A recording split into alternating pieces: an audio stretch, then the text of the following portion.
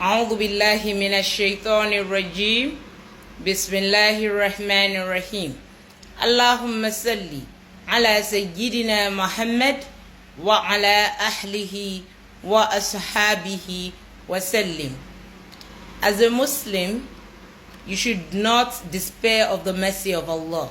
So if you're somebody that has been wishing that you could finish the Quran this Ramadan, all hope is not lost if you haven't been able to achieve maybe half of it or the full Quran yet. What you need to do if you're someone that reads the Quran regularly is to divide the Quran to divide each juzu into 8 parts. And then the 8 parts you have, you can take 2 parts out of that 8 parts in 4 salat. Like during Fajr, you can take 2 parts of the 8 parts, you can read it. Then you take 2 parts at Dhuhr, and you take 2 parts at Asr, and you take 2 parts at Maghrib. Then you can use Hishai to ponder over what you have learned. And if you're also somebody who is memorizing the Quran and you also want to fit into your schedule the Quran, then you can do it after doing the first 2 parts after Fajr, and you can also do your revision after Isha.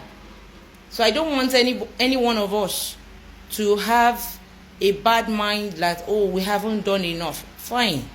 We might have faltered one way or the other, but we should still pick it up and brave up and try to read as much of it as we can, because Allah rewards us for our efforts, not for finishing the Quran per se.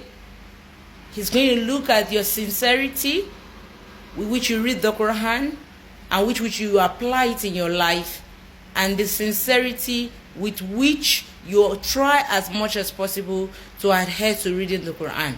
These are what Allah subhanahu wa ta'ala will reward us for. So we shouldn't feel bad.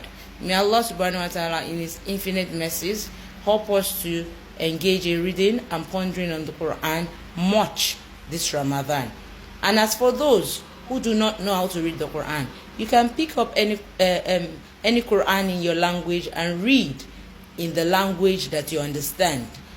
And if you cannot understand what is there, because sometimes the Quran could sound like parables to some people, you could tell somebody who is an alim or a scholar in the Islamic knowledge or with the book of Allah or with tafsir that the person should explain to you the meanings of what you have read.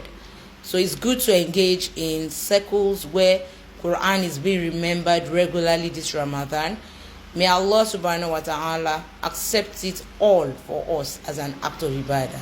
Assalamu alaikum wa rahmatullahi wa barakatuh.